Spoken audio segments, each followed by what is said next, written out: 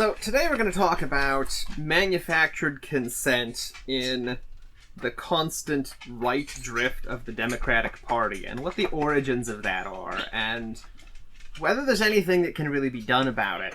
Oh, is that what we're talking about? Yeah. I didn't know. Sorry, I thought I told you. So, I think the beginning of this does require a little bit more backstory than just immediate history.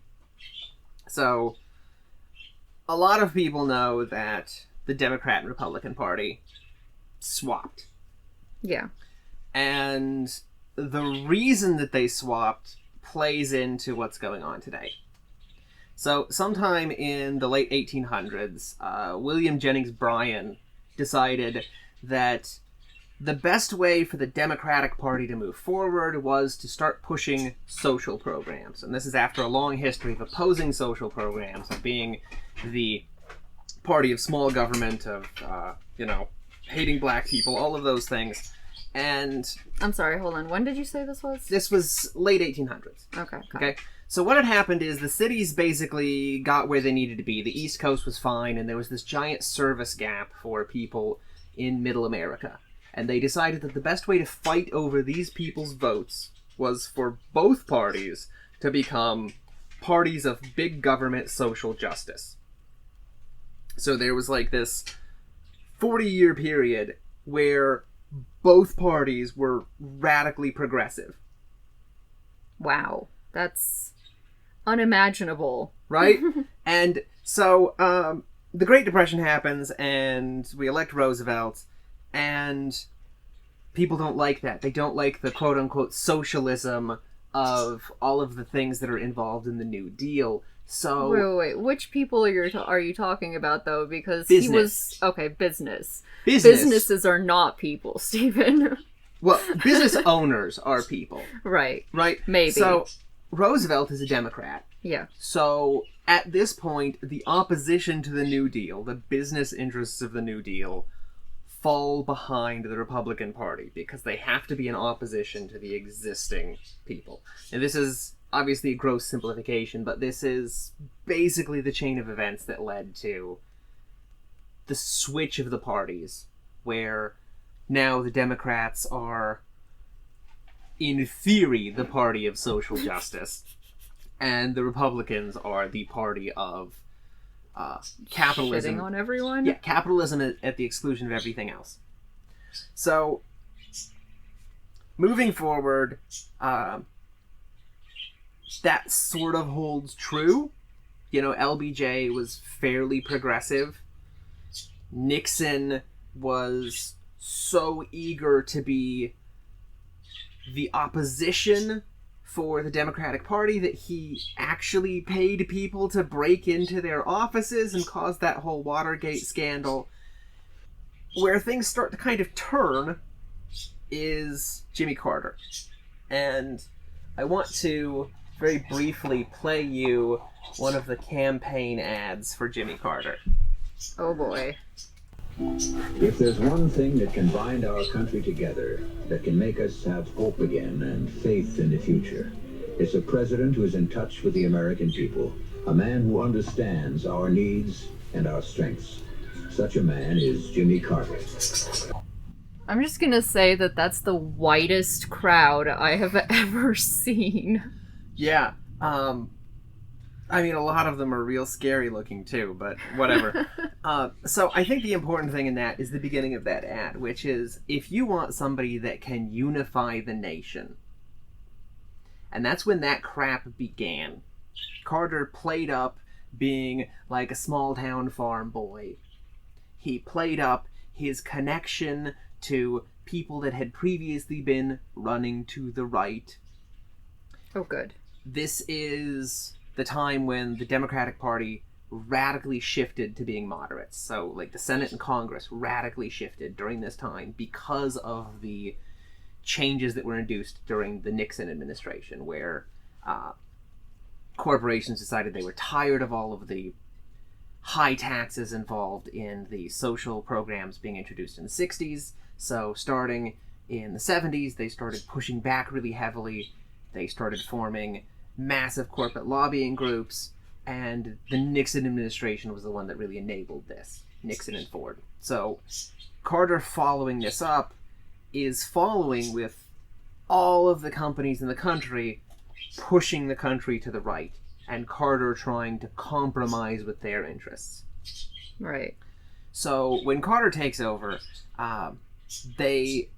people are excited. They go, look, this guy's going to give us a new deal. And instead what he did was go, you know what we really need to do is cut the deficit. Okay. Lovely.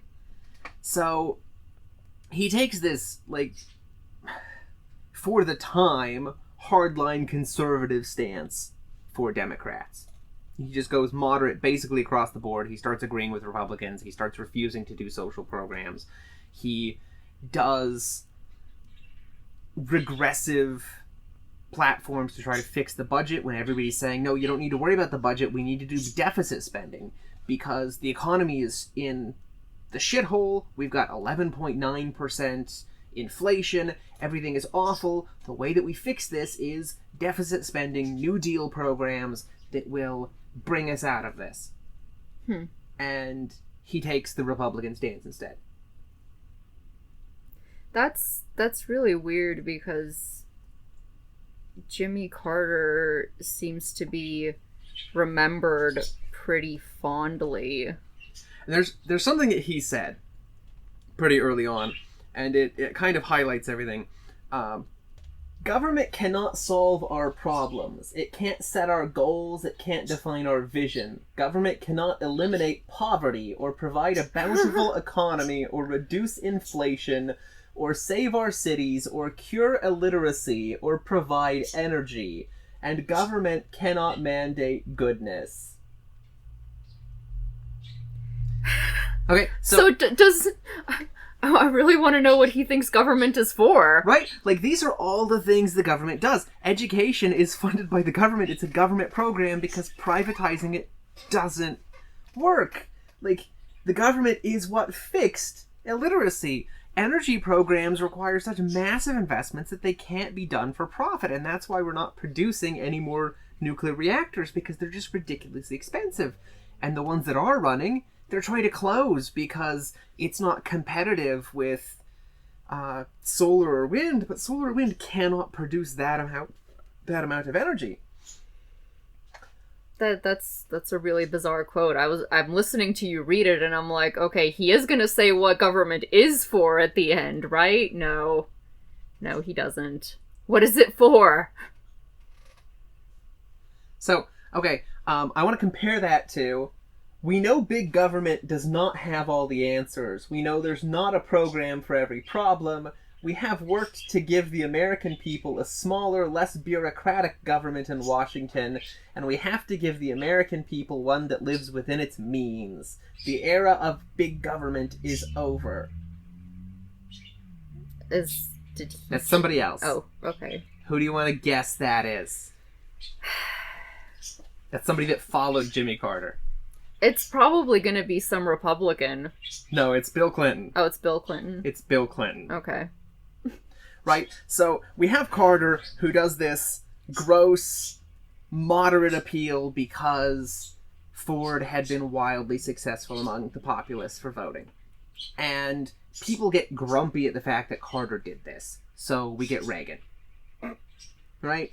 And Reagan gives us Reaganomics and all of this trickle-down nonsense carried forward from the Civil War as an excuse for, like, justifying why we should fight for people to have slaves even though the average person is shit poor, right? Mm-hmm. And then we get George Bush. And these are both constant pushes to the right because they have to renormalize to be the opposition of Jimmy Carter. We end up with a couple people in opposition to them. Obviously, Reagan ran against Carter. Carter lost. So the next guy to run against Reagan is Walter Mondale, who was Carter's vice president. And they did the same tactic as they do today, where the vice president is slightly more right-leaning to appeal to this imaginary swing vote between them. So They throw up Mondale against Reagan. That doesn't work. Shocking. The next guy they use is, I believe, Michael Dukakis. And Dukakis was thrown forward because he had the so-called Massachusetts Miracle, where basically using a bunch of pro-finance industry policies, he managed to boost the economy in Massachusetts and reduce unemployment at the time. And he basically campaigned on that platform against Bush. And he lost because, kind of like Bloomberg, he was a cold, mostly empty, unemotional kind of guy. And it was really easy to make fun of him. So he runs, he's doing lots of pro-business policies. Bush re-regulates in opposition to him to go further right. And then we end up with Clinton, who again runs on this centrist, moderate platform with Al Gore, who's... Well, Clinton was... I want to say Clinton was trying to sound progressive, just like Obama was when he ran, and then when he actually got into office, he didn't... Well, he did a lot of awful things. Not he didn't do anything, but... Well, again, his platform was sort of... The government isn't good for people, only business growth is good for people. And... But didn't he promise, like healthcare reform and things like that? So, you're right. Clinton did campaign on healthcare reform, but it's because everybody campaigned on healthcare reform. And it was one of those places where we were kind of stuck in between the realistic reform option of doing something like the Canadian system, the single-payer system, and the Republican reform, which was basically shit with icing on it, right? And Clinton's moderate approach, because he had to be a moderate on all things, was play or pay. And what that is employers would be required to give everybody that works for them health care. And if they didn't, they would have to pay a fee. Okay. And that fee would go towards expanding government healthcare systems, kind of like a single-payer expansion. Not a single-payer, public option. Okay. Okay? And that was how he started out. And then George Bush basically made fun of him, and he went, oh no, I'm not moderate enough. So instead, he backed it up to competition within a budget.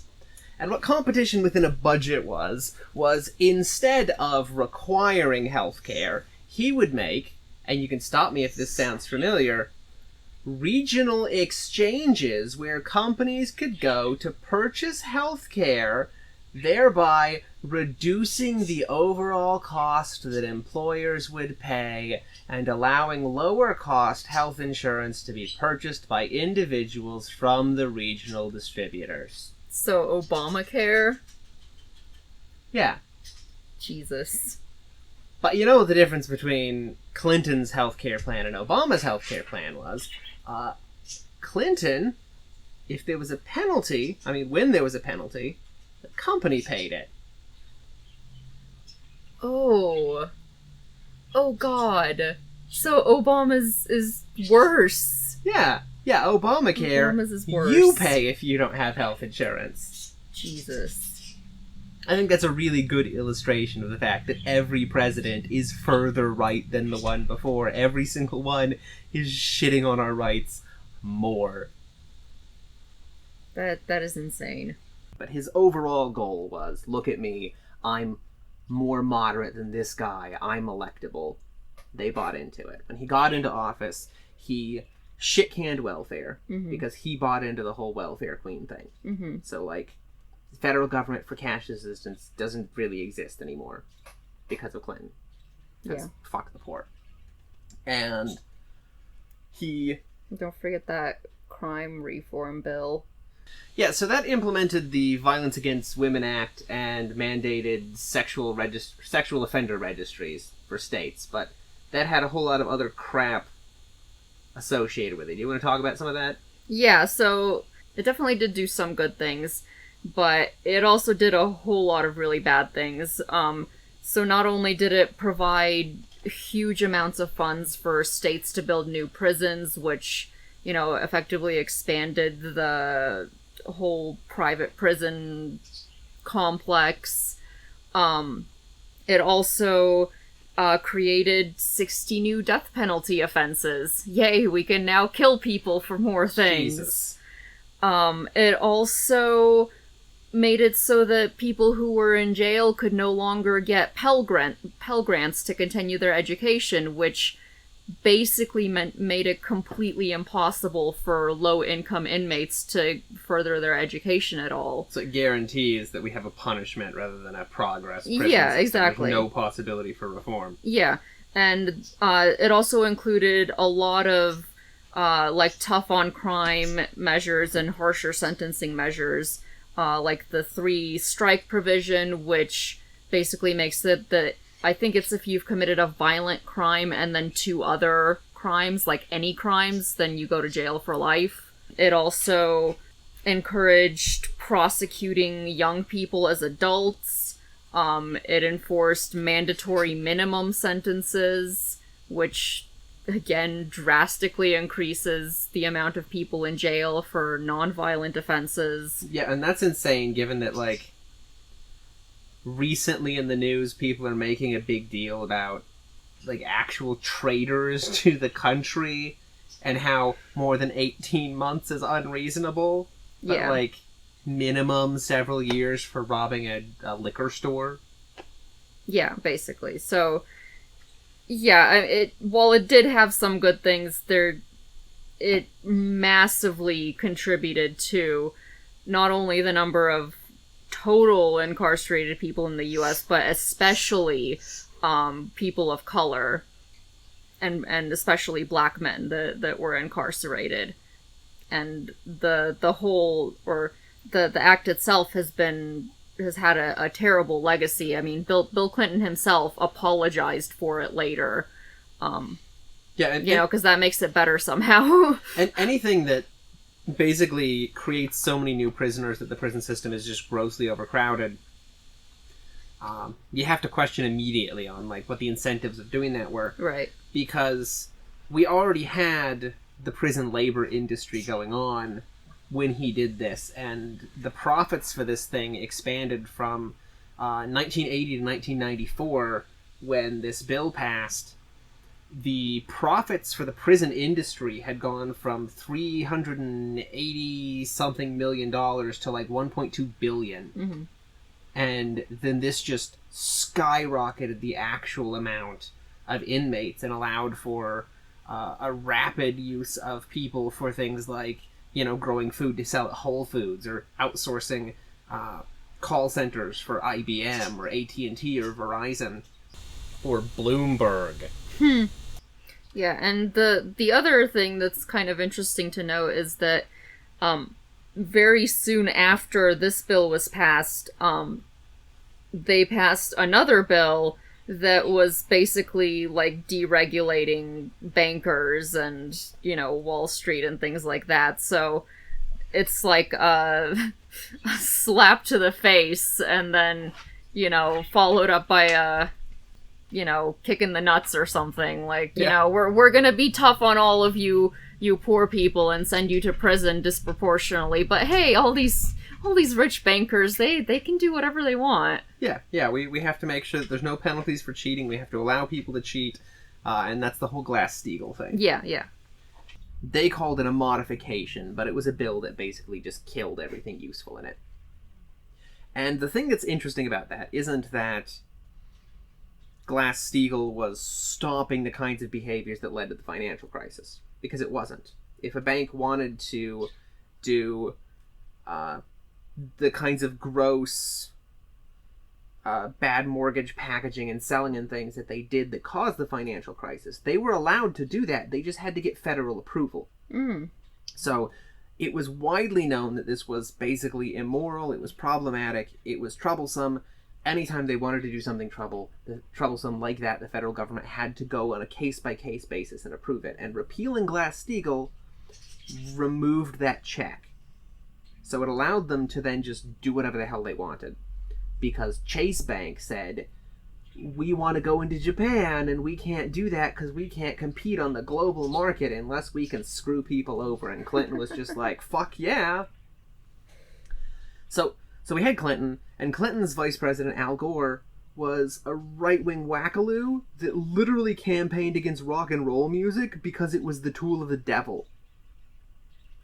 That is just so bizarre. Yeah, like, you know about Al Gore as a younger person because of his pushback against global warming and things like that. They didn't really play up the fact that he was a wackaloo, but he was a wackaloo. That's why they chose him. And after Clinton, they put him forward as the further right compromise to try to stop George Bush. And obviously that didn't work.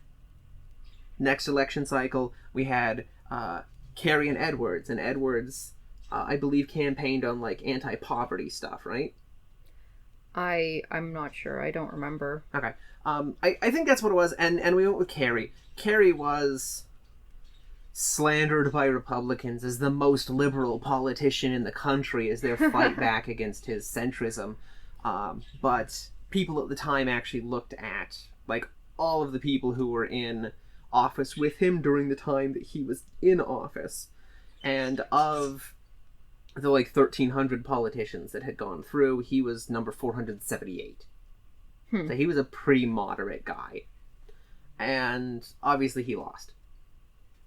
So, do you suppose that this caricaturing by the right wing, where they label every, well, I mean, not every opponent, but, like, they do this with a lot of people. Like, they just say, oh, you're being a socialist, when, you know, nothing they're proposing is actually socialist, and they try to paint them as this, like, super far left crazy person when they're actually quite moderate or even leaning right. And then after that, the Democratic Party is like, well, shit, they said this guy was a super liberal socialist, so we better run somebody that's a little closer to the right.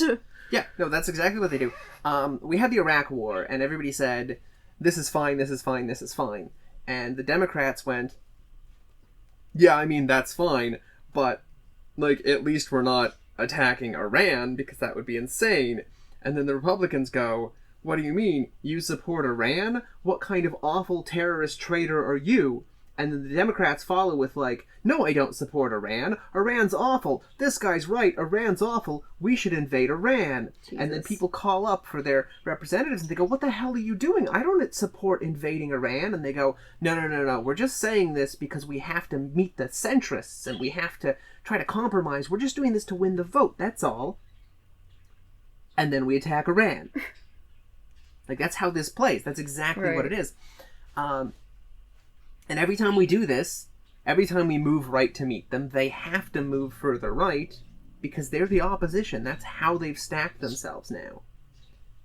So this is just, I mean, the whole Democratic Party just seems to have no backbone whatsoever. Like, they just take the completely insane and invalid criticisms that Republicans throw at them, and they're like, well, maybe we need to adjust our behavior to allay any fears over this completely insane criticism, instead of just being like, no, that's insane, we're just gonna do what we want to do. Yeah, absolutely. And it sounds kind of conspiratorial to talk about the history of this kind of thing happening. You know, the response to George Bush was, again, shifting right, and Obama was kind of a mistake. It was supposed to be Hillary Clinton. Now, I think it's important to touch on how incredibly corrupt and bizarre it is that in a country with 300 million people, the Democratic Party pulled up the wife of the previous Democratic president to try to put in office. And that's, you know, because the DNC was hemorrhaging money and the Clintons had become filthy rich after being in office, because that's what happens when you're the president. And Obama got in their way by pretending to be a progressive. And I don't know that I can fairly say he pretended to be a progressive, because when he got into office, the establishment stopped him from doing anything. He tried to pass health reform. He pushed for single payer. They rewrote the bill and said, you don't get that because nobody wants it and it doesn't matter anyways. And I think he just kind of adjusted to fit with that, because otherwise you die politically. And the establishment does push that heavily. So we ended up with Obama, who didn't give us health care, and who, during the financial crisis caused by the Democrats, instead of bailing out people's mortgages, he bails out the banks. He gives them massive amounts of money. He gives them loans that just go into huge bonuses and buyback programs on stocks to overinflate the stock prices and just make it look like the economy is doing far better than it actually is, just because they're cheating. Yeah, I'm not sure that you could say that Obama was ever actually progressive, because he just went completely to the right on so many different things. Kids in cages. Yeah. I mean, maybe he liked progressive ideas, but he didn't really have any conviction behind them. And so when he got into office and he saw that, the way things were, and realized that it was going to be, I don't know, easier or whatever to do things the other way, he was just like, oh, well, okay. But if he ever was a progressive, I don't think he was very committed to those ideas. Well, and if you're a progressive and you take money, you're kind of stuck doing those people favors. Exactly. Because you owe them. Psychologically, a pharmaceutical rep shows up to a doctor's office and gives them a clock that's worth 87 cents, but that's enough to make the doctor then feel obligated to push that medicine for people. So you can imagine how obligated you feel if somebody gives you $78 million. Exactly, and that's why, a little bit off topic, but on the same subject, that's why when Elizabeth Warren started taking money from a super PAC, she just completely lost me, because there's no coming back from that kind of thing. You take money from billionaires and you're gonna do things they want in some way or another. Yeah. And I think that's something that probably, can be addressed more fully in a future episode, because there's a lot of conflict between, well, should she be able to take a super PAC if everybody else had either PACs or equivalent of PAC funding, and what that means and why people were angry. Mm-hmm. But I do think that requires a more careful consideration than we can give with just short comments, because it does paint things in an unfair light, even if I disagree with her doing it. Mm-hmm. So we have Obama, and Obama comes in, and immediately one of the first things that he does is basically pardon all the behavior of the neocons that came before him. All the warmongering, all the war crimes. He goes, no, we need to move forward. We need to unify. We need to just pull together and move the country back to the middle, because trying to fight with this doesn't help. And then all of those politicians that he pardoned and he just let go with no consequences then end up in the Trump presidency, which is, again, a radical shift right to try to compensate for Obama. And so these people that Obama pardons are then responsible for, Kavanaugh slipping through. Because if we had gone back and looked at the people responsible for the Bush actions, Kavanaugh was one of those people. And that would have tagged him. There's no way he would have ended up on the Supreme Court. Mm-hmm. And so this happens. Again, we run Hillary Clinton because she didn't get her turn last time. And I don't know how we ended up in a country where somebody like that can run, and we don't have everybody in the country stand up every time and go, what the fuck is she doing here? Right. Because even if she is the most qualified person in the entire country, if we grant her that, and that obviously is not true, but if it is true, you pick the second most qualified person, because otherwise you're creating weird dynastic groups within the democracy. We complain about Donald Trump putting family members into office positions. If she had not been the wife of Bill Clinton, there's no chance this would have happened. They wouldn't have had the money to refinance the DNC's projects and move things forward and put themselves into this de facto position. Mm-hmm. And so after Obama, Hillary Clinton again pulls this crap about we need to move right, we need to appeal to moderates, and they do it to such a degree that Trump is actually able to run to her left. Yeah, he did on a large number of issues. He ran to her left. Yeah, and he was lying. Yeah, obviously. But he did, because we've moved so far to the right in the Democratic Party that it's really easy for a ridiculously right-wing authoritarian weirdo to start hitting us from the left. Mm-hmm. And so this election cycle, who do we have? We're given Bloomberg, who was almost identical to Trump in every single way, except that he doesn't deny global warming. And I will give that to him, but if you're not going to take serious steps to actually rein it in, then it doesn't matter if you accept that it's real or not. Like, if a lion is eating your leg, it doesn't matter if you go, it's a lion, or, no, there's nothing wrong, I'm fine. Like, they have the same outcome if you don't do something to get rid of the lion. Right. You're still gonna die.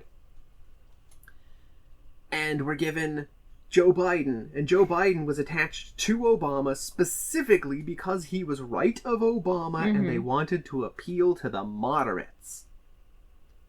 And we've drifted so far right that there's not really any place else to go. So Biden is openly talking about the possibility of picking a Republican as his vice president to appeal to the moderates, because where do you go from Biden? Right. And Biden is so certain that he is just owed this, that this is something that is just guaranteed to him, that he's actively telling voters to go away and vote for somebody else because he doesn't care. He spent 4 years telling poor people that he doesn't care about their problems and they're overreacting. Telling millennials to suck it up. Yeah. So there's no way he's going to win. No. There's no way he wins if it's him against Trump. But the really terrifying thing is, if he does win, like if Trump has a stroke or something, okay, and Biden is handed the election, where does the Republican Party have to renormalize again?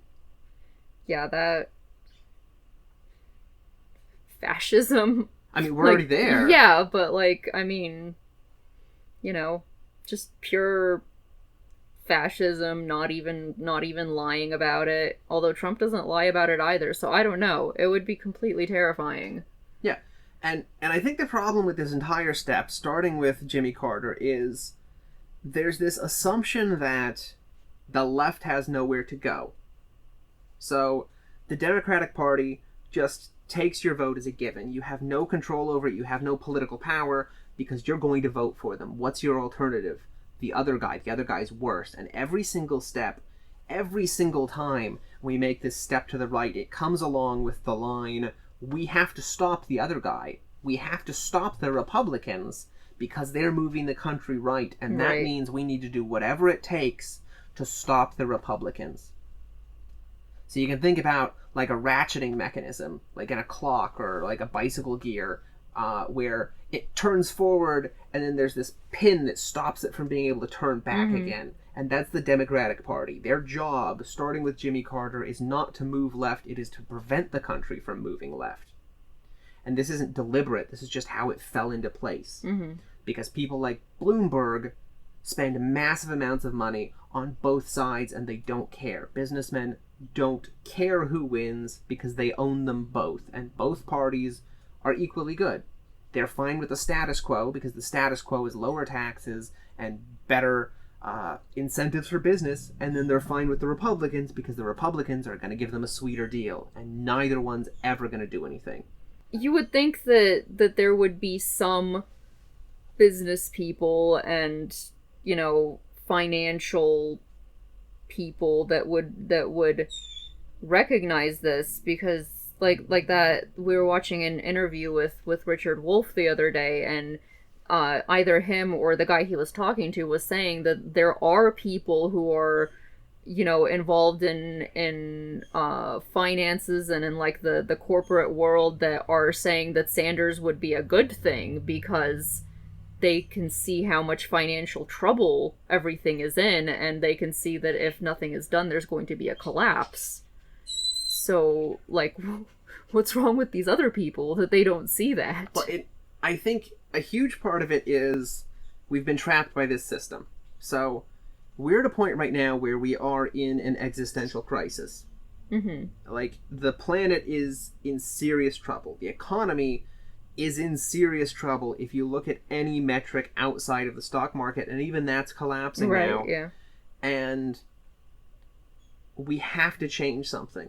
But because we've been constantly told that the crisis is the opposition every step of the way since Carter, that's the way that this has been sold to us, we've misunderstood this existential crisis. And now we think that the crisis is not the planet, the crisis is not massive inequality, the crisis is not gross poverty, the crisis is not a healthcare system that's so bad that the coronavirus will sweep through our country and kill maybe 9 million people before we respond to it in any meaningful way.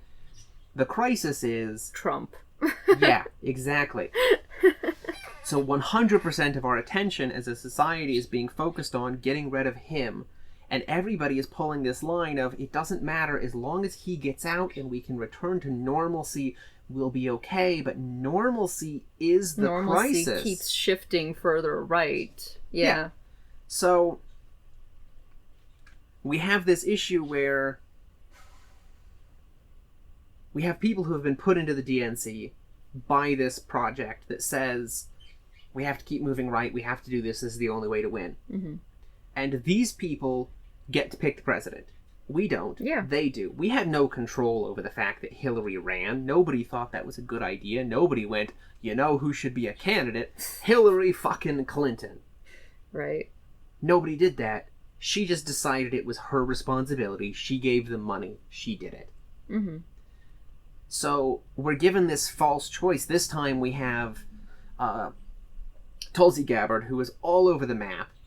All over the map. She claims to be left of Sanders, basically, more libertarian than Sanders, but she keeps going on right-wing talk shows and things and just saying radical, goofy fucking shit. I think in one of the early debates that she was actually in, she ended up defending Biden on his war in Iraq vote.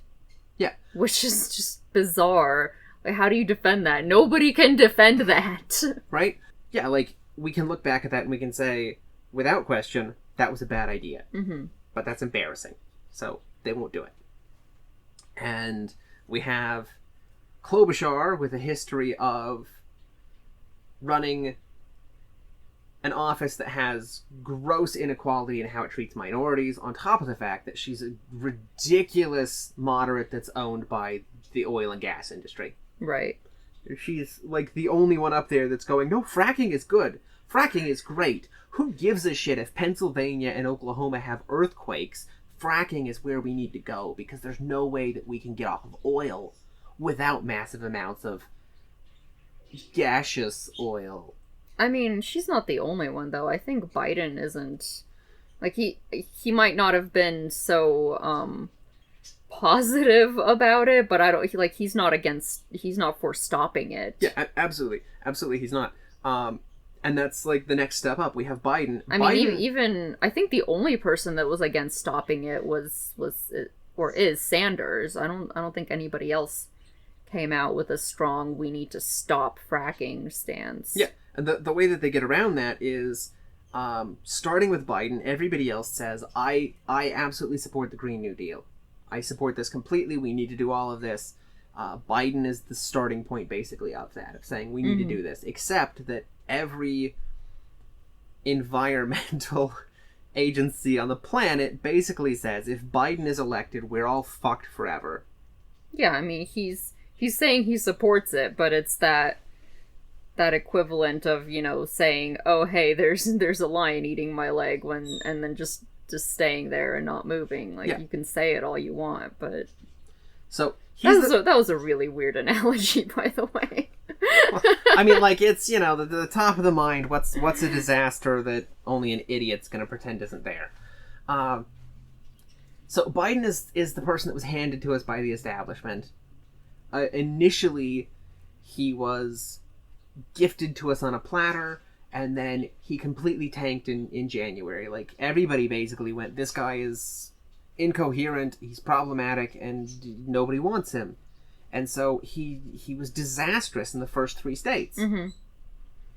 And then South Carolina, where he has a giant amount of history, he was guaranteed to win. He wins. And suddenly now he's just the front runner. Because all of these people behind the scenes who their job depends on him winning, they're putting him forward not because he's good for the country, not because he's good for the planet, not because he's good for the economy, not because he's good for the people, but because they want to keep their jobs in the DNC, and Sanders will fire all of them. Mm-hmm. I think too. I think that they were ready to throw in behind Bloomberg for a while. Oh yeah, I mean, and then he wasn't on any of the ballots in the earlier states, but after how badly he crashed and burned in the debates, I think they decided that was a bad idea. Yeah, no, and Bloomberg has been giving them money, so they're okay with him. Mm-hmm. He's been giving everybody money. He just, basically gave all of the staff that he prepaid for a year to Biden. So all of the offices, all of the staff, all of that stuff that everybody was like, why the fuck are you prepaying that? That now all belongs to the Biden campaign. Which is kind of funny to me, because there were so many people on Bloomberg's campaign that were literally just doing it for the money, and they were not enthusiastic about him at all. Some of them outright don't like him. So now all those people, they all go to Biden. Yeah. So we have a whole bunch of people that are going to be out canvassing for Biden. And telling people to vote for Sanders, hopefully. Yeah.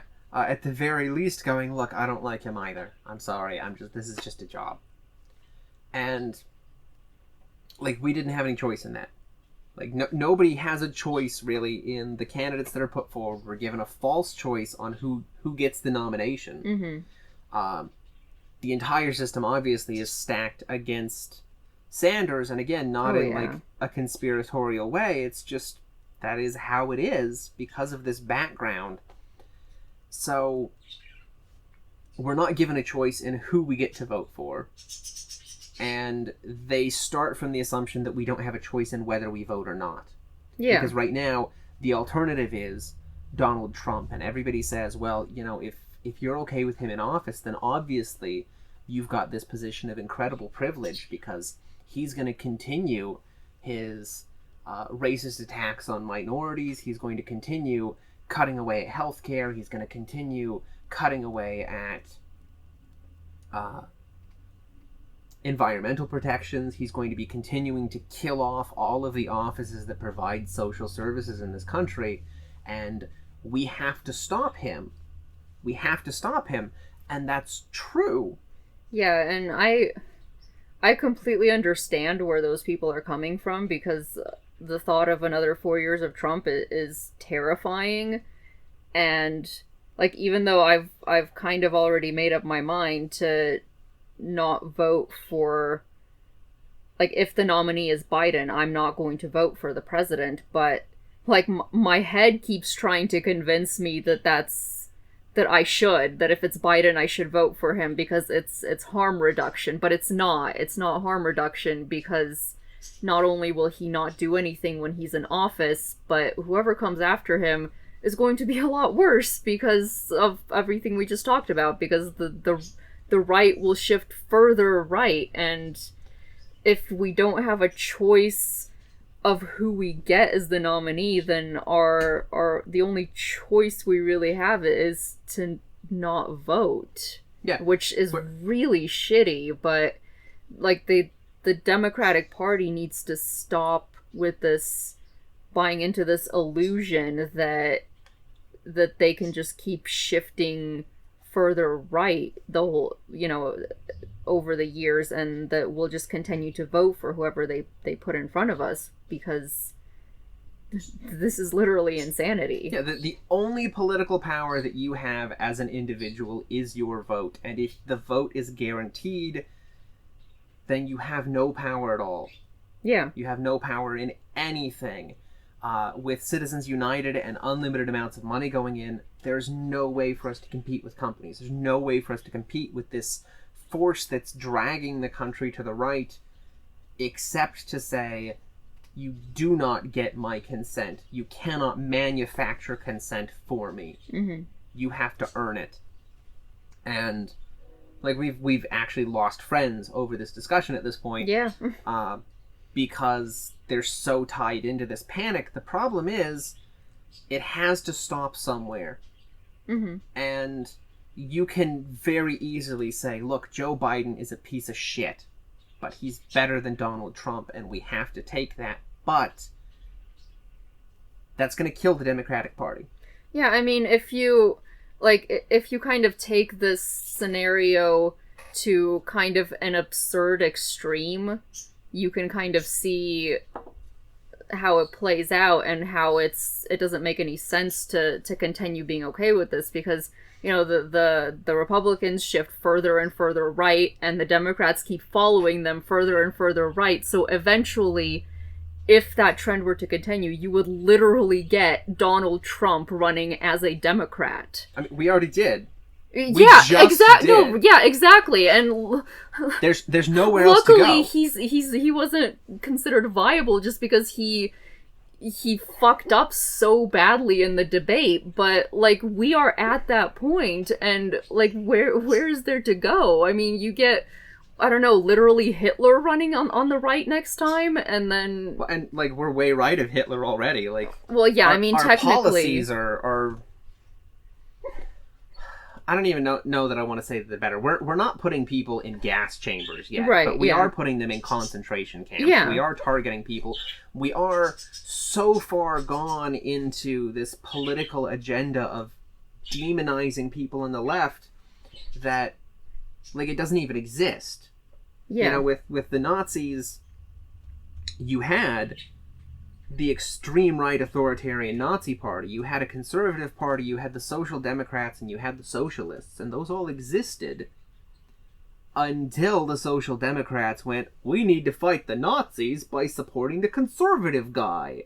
Mm-hmm. And so the conservative guy got elected, the Social Democrats lost 100% of public support, they died as a party, and then the conservatives went, the Nazis have the same kind of ideals as we do. Let's make Hitler chancellor. And, like, that's literally what happened. Lesser evil voting caused that. Yeah.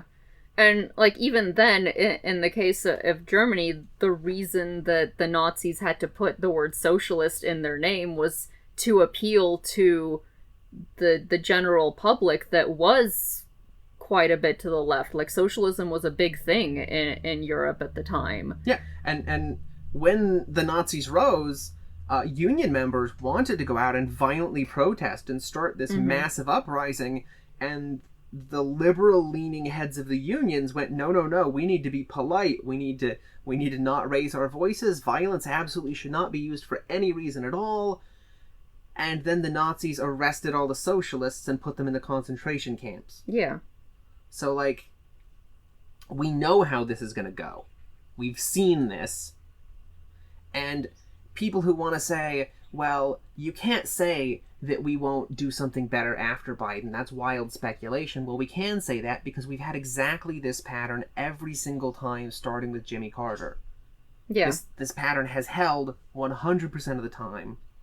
And everybody that wants to say, well, let's just elect Biden and then we can work on the problems later, the reality is, if we do that, Biden's already said he's only interested in one term. And... whoever runs next time is going to be an existential threat, and 100% of the talking point is going to be, we need to focus on beating this guy, and everything else can be put on the wayside, everything else can just be stuffed in the closet and lit on fire, because the only thing that matters is making sure that whoever the ultra-Trump is doesn't win. And can you imagine, like, say in that scenario, you have somebody that's, you know, 10 times worse than Trump. I can't even imagine what that would look like. But, you know, somebody further right of Trump, and then can you imagine how extreme somebody like Sanders would then look running against that political climate? Like, people are already painting him as this extremist, socialist, leftist when his policies are barely left of center, and people are already calling him, this crazy communist. How much more crazy would somebody like him look, 8 years from now or 4 years from now when the general mindset has shifted even more to the right? Yeah. So we are definitely in a crisis in a lot of ways, and one of them is, how does democracy survive at all at this point? Because Trump being reelected is terrible, and Biden being elected is, by any measurable way of looking at this, worse. Yeah, I agree. And you can't sell that to people. Nobody's going to buy that, because nobody's going to be willing to say, look, I understand how this happens, I understand the risk, and that makes it okay for me to then abandon all of the allies that I have, that I've been fighting to help. Everybody's going to look at this and they're going to say, well, I understand that this is true, but we don't have a choice. And that's the problem. If we don't have a choice now, we will never have a choice again. I think possibly the way to combat that is to convince people that they can still have a say in more local elections. And that's not to say that there aren't a lot of fucked up things about elections in general, but it doesn't end with just the president. So, maybe you don't vote, if there's a Biden and a Trump ticket, maybe you don't vote for either one of those, but you vote for the down ballot people because they're somewhat more likely to represent you, depending on who they are. There are lots of progressives running, and lots of people who have said that they won't take money from corporations. You vote for those people because they're going to represent you. But not voting for the president, that's only part of the story. You don't do that, and then you get involved in other ways of being an ally to those people that we all need to be allies to. Yeah. So I think there's a lot of things that need to be fixed, and there's not a whole lot of ways to do them. And one of the things that needs to be fixed is this idea that we're stuck in a two-party system. Oh yeah. Yeah. And a lot of people that believe themselves to be progressive also believe that socialism is a dirty word. Yeah. And that's kind of missing the idea that, one of the things that Richard Wolff brought up was the fact that basically in 1920, the socialists got a massive amount of votes. People started pushing back against socialism as an idea. They started trying to rebrand it as a dirty word. So they rebranded themselves as the Progressive Party, and they got 5 million votes in the 1924 election. They got like 17% of the vote in the country. Mm-hmm. People want those kinds of things. Now, there was a radical pushback with the FDR presidency. The Cold War was a convenient way to make sure that socialism and communism is permanently labeled as un-American and problematic. Yeah. But like, a lot of the ideals of the Green Party make sense. Mm-hmm. And we do run the risk that if the Democratic Party falls apart because of electing Biden, because of handing another candidate that will do nothing to us, we might be able to reform around that. Or the Republicans might just be left with no opposition at all for 3 or 4 elections until we get our shit together. Yeah, and I mean, people are still generally very supporting of progressive policies. Like, that there were exit polls on Super Tuesday that were asking people about, like, Medicare for All, and the vast majority of people supported that. And I think the question of why all those people didn't vote for Sanders is a good one, and that's probably another thing we should talk about in a later episode. But the policies themselves are super popular. People want these things, and that doesn't translate necessarily to who they vote for, which is problematic. But that's why I say that the election of the president isn't the end of the story, because people do want these policies, and there are other ways to try to fight for these policies to get in. Yeah.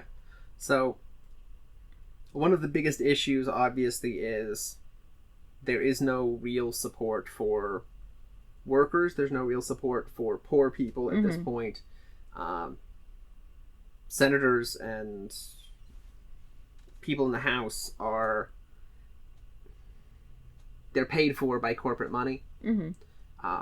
We've got, I think, 9 healthcare reform bills sitting in Congress right now, and HR 1384 is the only one that's gone anywhere, and it hasn't been allowed to be discussed on the floor. It's just gone to, like, the finance committee for discussion, and that's it. It's frozen there. It's not being talked about. It's not being evaluated. Nobody's doing anything.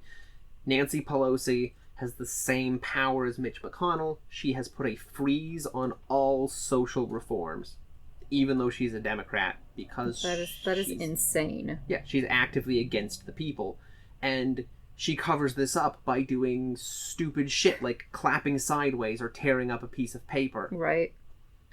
And people go for that because people don't pay attention, and that's not really their fault, because nobody has the time to pay attention. Nobody has the energy to pay attention, but people go for those theatrics, and then they're like, yeah, the Democratic Party, and they're not on our side. Well, and even if you have the time and the desire to pay attention, finding that information is difficult. You have to already have a framework where you know that you can look up what the laws are. You know that you can look up the progress. You know that you can look up co-sponsors and voting records. You have to know that that exists. Yeah. You have to know that the mainstream media isn't talking about these things because they've created this ideological cult around this idea that we have to continuously focus only on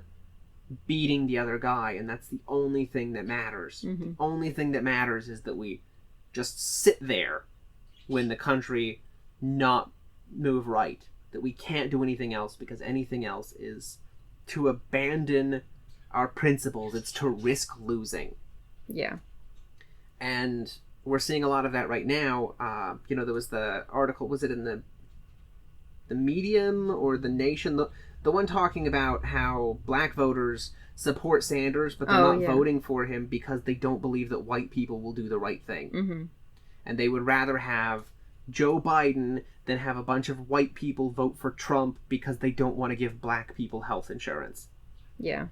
And that's where we are in the country, that people are actively voting against their best interest because they know that ignorant-ass white people are just going to sit there and let it happen. Yeah. It's sad. It's really sad. And that's why we're not voting blue no matter who. Yeah, so blue no matter who is a topic. That came out immediately. That came out way before we had a single vote, before there was a single primary. Yeah.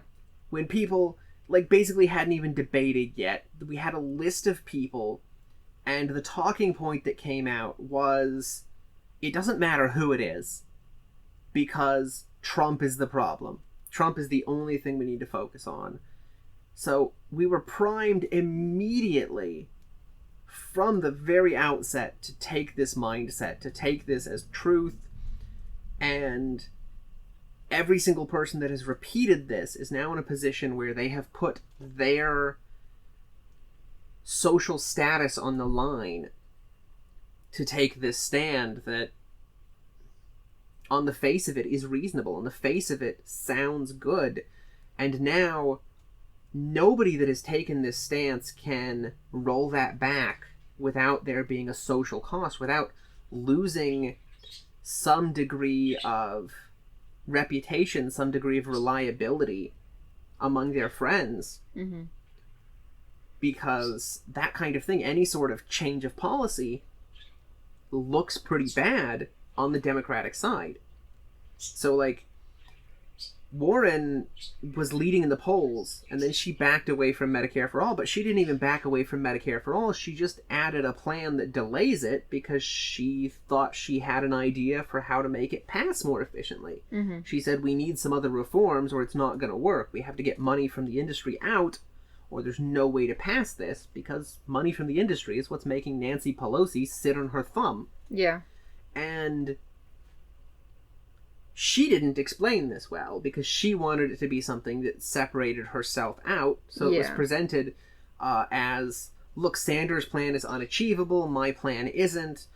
And she didn't come out and say, look, I'm still doing Medicare for All. I'm still doing exactly the same plan as Sanders. I just have a way to try to make sure that it's not going to fail. And if she'd taken that approach, she probably would still be leading in the polls right now, instead of massive numbers of progressives fleeing from her campaign. I mean, I think that's debatable, but I do think that if she had done that, she wouldn't be where she is now. Well, and like, I think the issue isn't even the policy that she took.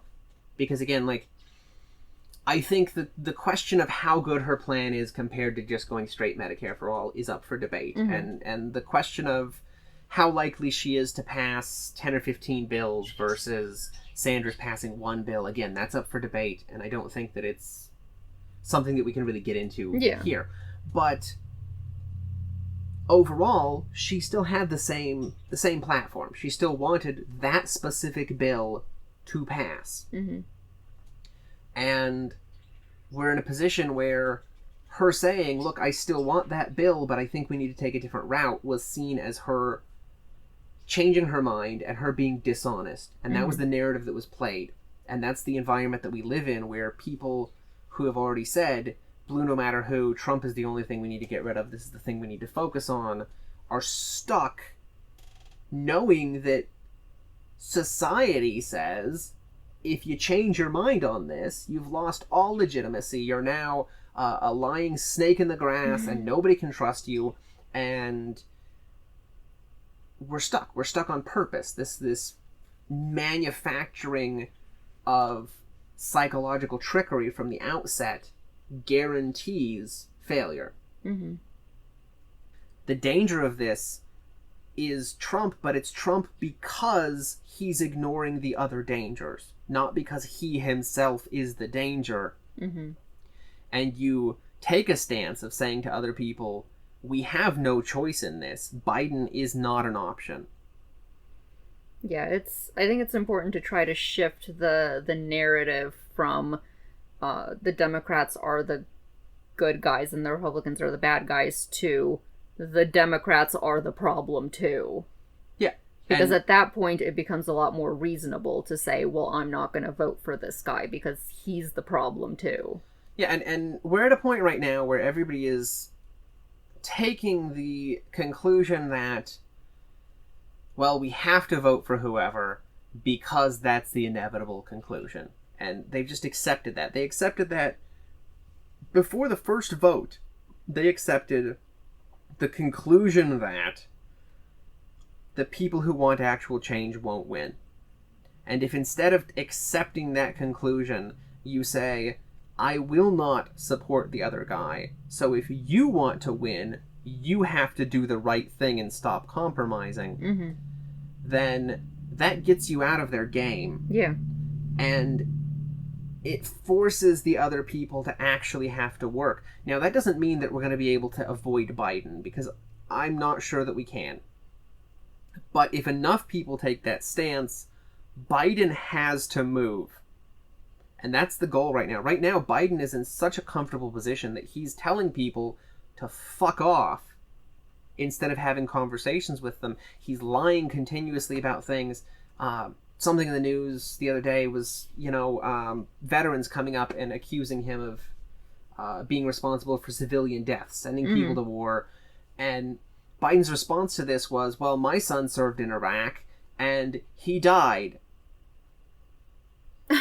And that's not a response. Well, it's doubly not a response because, yes, that happened in that order. His son served in Iraq, and then his son died of brain cancer. Oh, I didn't know that. Uh-huh. Wow. That's shitty. Had nothing to do with the military. That is shitty. He served for a year, he came back, he had a medical emergency, he died. And that sucks. Yeah. People shouldn't lose their kids. But he just pulled that out of nowhere, and he said it in a way that suggests that his son died in service. Yeah, in service. Yeah. So this guy has absolutely no interest in compromising for anything because he is absolutely certain that he is guaranteed the nomination. He is absolutely certain that he is guaranteed victory because Trump is so universally hated. And the only way to get him to actually do anything that helps people is to make sure that he knows that victory is not certain. And we're already certain of that. We already know that there's no way in hell that he's going to win because he's a bumbling buffoon. Yeah. And Trump is going to take things like him lying about being arrested trying to see Mandela, and Trump's just going to make a big circus performance out of it.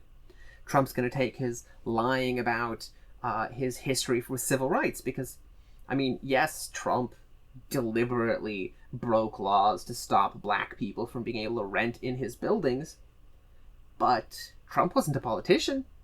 Trump doesn't have an easily demonstrated voting record on this. Trump is going to make a mockery of the whole thing. Trump is going to constantly jump to Joe Biden's left and stab him from that side and then swing back to the right and pin him in. Yeah. There's no way that Biden can possibly do anything with this. And we need to address that. We need to address that there's no electability here. We need to address the fact that he doesn't care, that he has no interest in actually supporting people in any way, and we need to change it.